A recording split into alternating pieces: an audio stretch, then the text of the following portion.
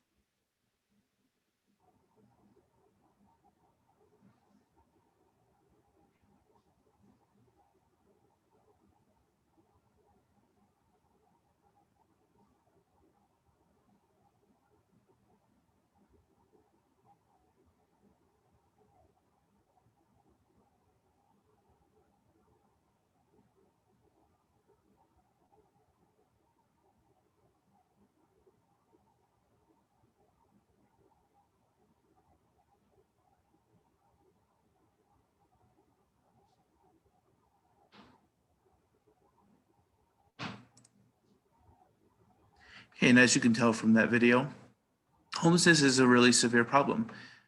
But due to homelessness, a lot of cities have to clean up the streets more often. And as she said, they're having to make a law against these homeless people sleeping and eating out on the streets, which is their only option. So homelessness has become a huge problem for the homeless, and also it seems as a nuisance to most cities. But what causes people to be homeless? Well, I'll pass it on to Marshall to speak more on that. All right, so the two main causes of homelessness are insufficient income and the rise of housing prices. And obviously you can see that these two work hand in hand. As the housing prices have increased exponentially, people's incomes and salaries have not. So just in my life, in my neighborhood, I live in Kaysville, Utah. And my house, my parents bought, I think in 2012, has actually doubled its value just in the past couple of years. And people's salaries are not able to keep up with that kind of growth with the market of houses. So people aren't able to afford houses, obviously, if they can't make enough money. Second, 75% of people aren't able to actually pay for their basic necessities after paying their rent, their water bill, electricity. After paying all those bills, they're not actually able to afford groceries, gas, and clothing, or medicine for those children, which are basic human needs. So obviously that's a big struggle that leads people to going homeless. Then we have substance abuse. I was also actually able to see this just with my neighbor. Their oldest son is a bit older than me, but he actually got addicted to drugs and ended up living at a park about a mile up the road, and he slept in the slide at night. And so that can lead people to spending too much money on drugs and not able to live in a house. And just a little fact is National Law Center started a study, and out of 10 million people, only 5.8 million rentals were available for them, which I think is a big problem. We should have better housing for people to go and find. And those are the causes of homelessness.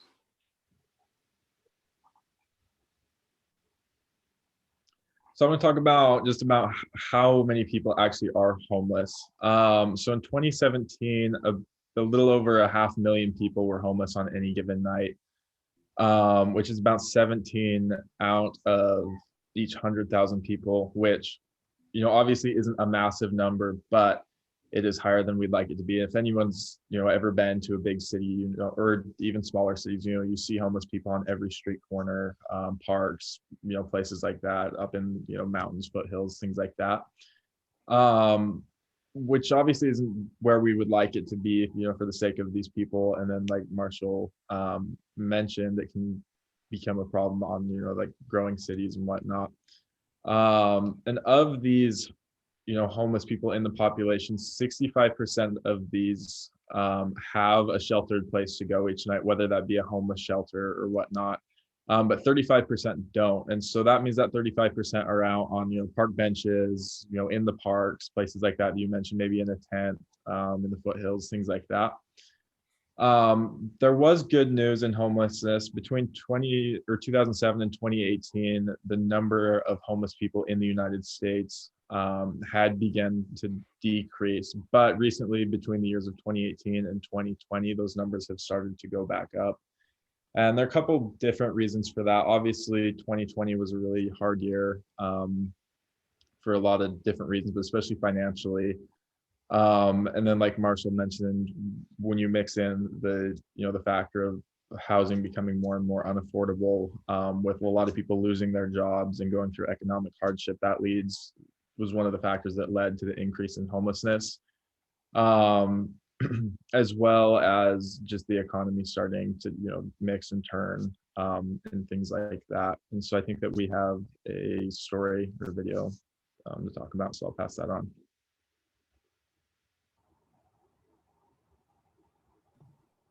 So I wanted you to meet Sam, and Sam tells us that homelessness can happen to anybody. He had a good career lined up with him. He had a good family, and he didn't grow up in poverty. What kind of his story goes that his grandfather passed away, and work wasn't going very well, and he kind of just decided to take a trip. He wanted to travel to Paris, so he ended up doing that. And when he got there, he ended up not being able to find any jobs because he was not a citizen there. He met friends that were into drugs, and he said he wouldn't participate, but he met a lot of people who are around drugs and violence, and that wasn't very good for him. Anyways, Sam ended up going back and forth between his home in Newark, and he ended up battling his emotion, or battling with his emotions with his family, and so he ended up moving out and moving back in, and he couldn't really stay because of emotional reasons. He ended up finding a support group called Crisis, and they helped him get back on his feet and treated him like a human. And Marshall's going to tell us a little bit more about how groups, or how we can fight homelessness. I'll pass it.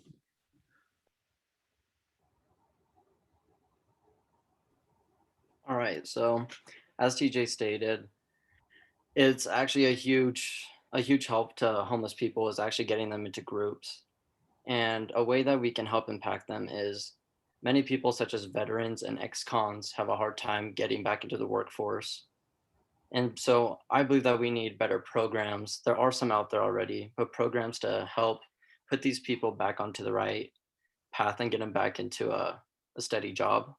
And there are several jobs and companies out there that only hire people that are struggling, such as ex-cons and veterans. But I think we just need more of that and more support groups to help these people that are actually trying to get back onto their feet. And other ways that we can help are donating. And this can be donating clothes. Many homeless people need socks and shoes so they're not freezing their toes off in the winter. You can also help donate money or just food on the side of the road, just helping someone out. You can start fundraisers. My neighbors actually did a fundraiser. They did a bake sale and it did really well. And you can also do a car wash. You, your family, and friends can auction off some goods that you don't need and help donate that money to a charity or to a homeless shelter near you. And that's my next step is you can promote your nearby shelters. Like we have one near me in Salt Lake, and all you really need to do is just get the address and you can just tell your friends and family about it, help promote it. Some people may not know there's one near you and they may know someone who's struggling and needs a place to go stay. And we can just help by donating to those places and, just help people in need. And that's how we can help them. Okay, and to summarize, as my companion said, a lot of the problems with homelessness have become severe recently. Although the numbers have went down in the early years, later on as time went by in the 2018, homelessness started to get worse because people started to drop the ball. But just like with Sam, if we're able to support those groups to help homeless people, to help find ways to promote your shelters, to give of your time, to give of your food, to give of your money if you had it, or even to give of your vote, to vote for those systems that are to be set in place to help homelessness, you'll be able to make a huge impact. And in fact, we challenge you all to go out into the world and find your own personal way to alleviate homelessness. There are many ways. And even as mentioned before, the Group of Crisis, there's the National Volunteers of America, many wonderful places that you can go to find out how you personally can help homelessness in your community. Thank you for listening.